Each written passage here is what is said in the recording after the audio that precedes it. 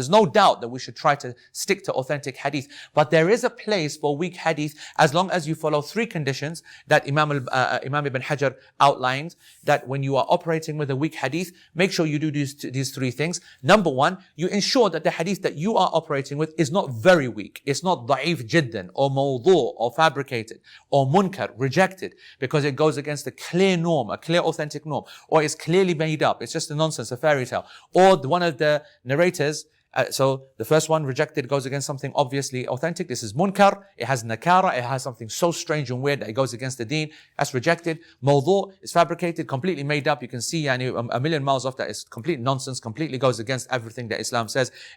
No evidence for that statement. Non-existent chain, non-existent statements. That's a mawdu', fabricated. And then, of course, the difficult area of just normal weakness. How do you define the difference between weakness and very weak? Da'if jiddan or shadid al-da'af, very, very fatally weak. This is the area of real scholarship. When you're looking at a person and try to understand, did they make a mistake or is it a lie? You might say, hold on, we're dealing with scholars. Why would they lie? Because everyone has an agenda. Everyone is trying to kind of, put something forward. They might go through a portion of life and say, well, you know what? I'm kind of not seeing enough people practice this action, or I'm not seeing enough respect shown to this particular family or this ruler. So let me create a hadith that, there is a man that will come in my ummah, and he'll be like the stars and so on and so forth, and his name is Shafi'i or his name is Abu Hanifa. I mean, what kind of blag is that, right?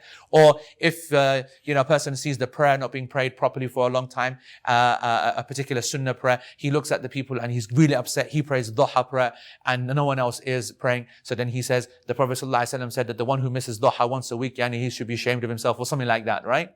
So you have a good intention, but you're playing around. How do you make the difference between such a person who now we can't trust, because a person in hadith cannot lie? We need to know that this person will just loyally transmit a statement without his own little masala, without his own little kind of opinion. Just stick to the facts and that's it.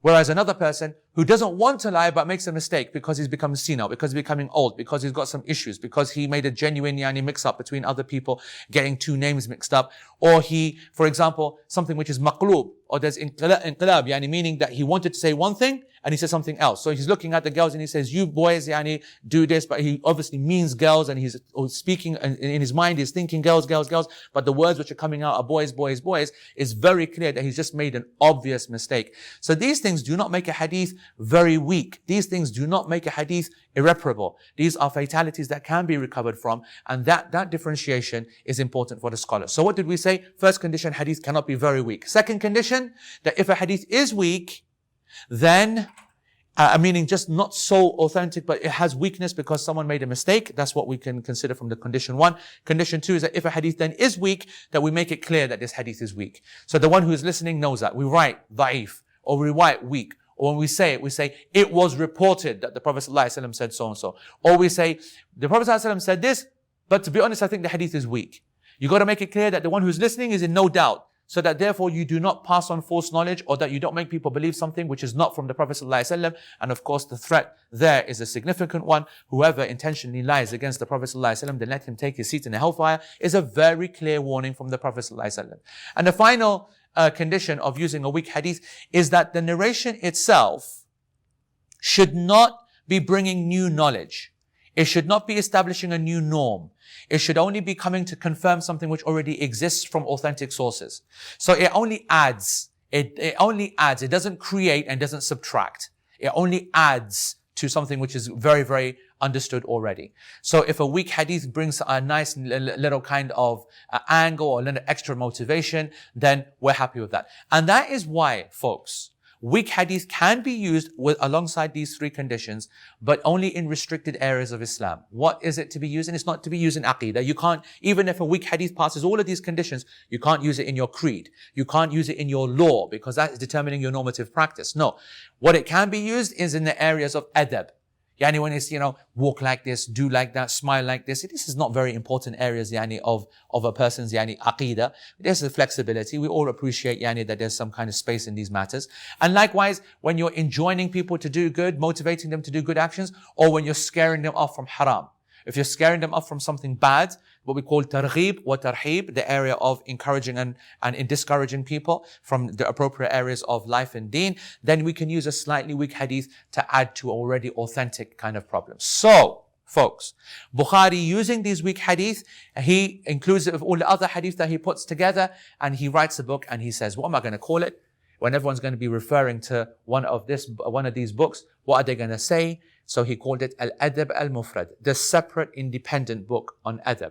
You see, if I quote a hadith and I said, Imam al-Bukhari said in Kitab al-Adab, that Imam Bukhari said this hadith and you can find it in the book of adab, that means the book of adab in Sahih al-Bukhari. That's its original home. When you say the book of adab, that is the original book and that is completely authentic. And what if we want to now say, like, if I was to read a hadith from Al-Adab Al-Mufrad, which is far weaker, far more simple, and I said, this hadith has been narrated in Kitab Al-Adab, this would be a lie, and this would be a mistake, and this would show my ignorance. You can't use a hadith from Al-Adab Al-Mufrad and say, it is narrated in Kitab Al-Adab. No, I have to say, and he said in his Al-Adab Al-Mufrad, or he said in Kitab Al-Adab Al-Mufrad, meaning and immediately the reader, when he says it, he sees Al-Adab Al-Mufrad, his expectation comes down. And it's very important to make sure that the person doesn't believe, I heard narration. What? Imam Bukhari said that in Kitab al-Adab? سمعنا وأطعنا, yani we hear and we obey, yani that's it, end of story, because that's the most authentic statement possible. We can't play around with that. If someone says, he said in Kitab al-Adab al-Mufrad, then we're like, you know what, that's okay. We'll have a look at that and see what's going on and check it out. We can be a bit more relaxed and do a bit more study. It doesn't mean necessarily that it's authentic. It could be. And so that's important from a point of view of knowledge.